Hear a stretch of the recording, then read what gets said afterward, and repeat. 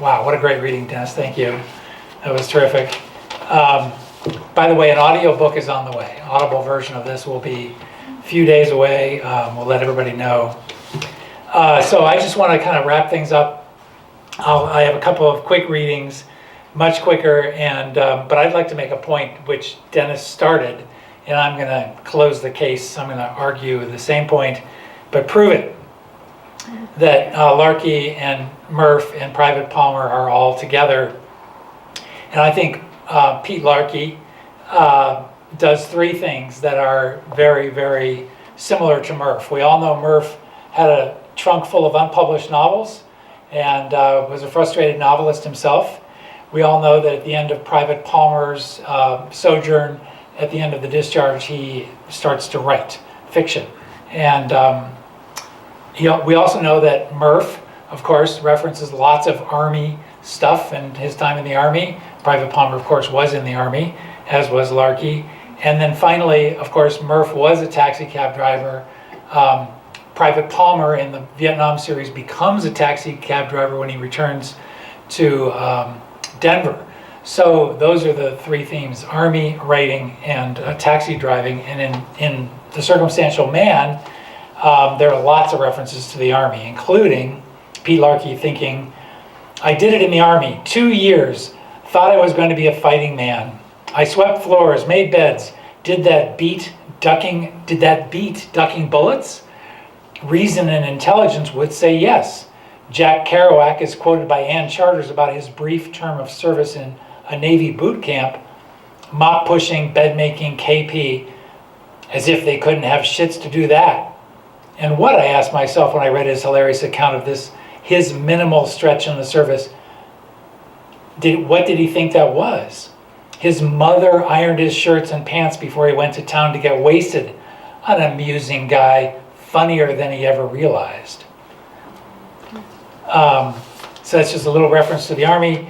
Larky thinks, and I think this is terrific, of course, a taxi cab driver plays a major role in The Circumstantial Man as a character. And Pete Larky thinks, I wondered how many taxi cabs worked a small town like this. 10, 20, perhaps only 3? There are worlds unexplored. We visit them briefly, but never inquire as to the customs, traditions, logistics, stats. How could a man earn a living driving a taxi in a small town like this? Our airport is something Lindbergh might have built, accommodating light planes, charter jets, but no 727s, no passengers fighting tooth and nail for a cab at the terminal. But I did not inquire. I concentrated on my sandwich and hoped the driver would not engineer friendly chatter to increase the size of his tip.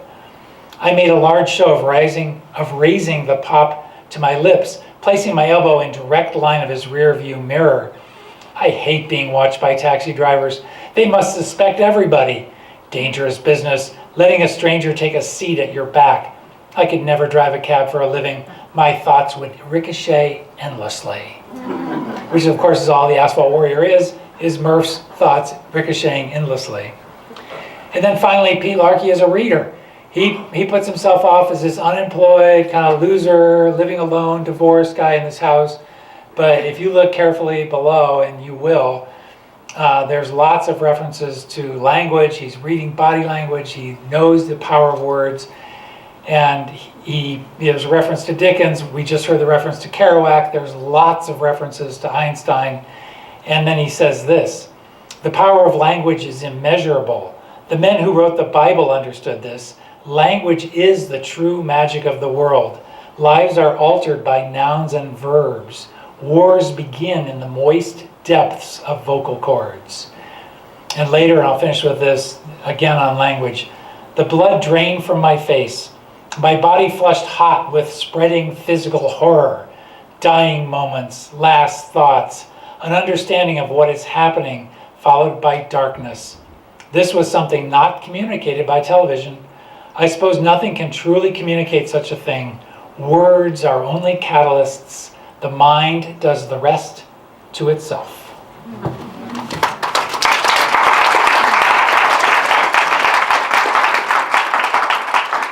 to me, that really is, that's why we're here tonight. when we read a book, right, it's our movie. We get to make up all this stuff. Somebody else might read the same book and get different movies, different images.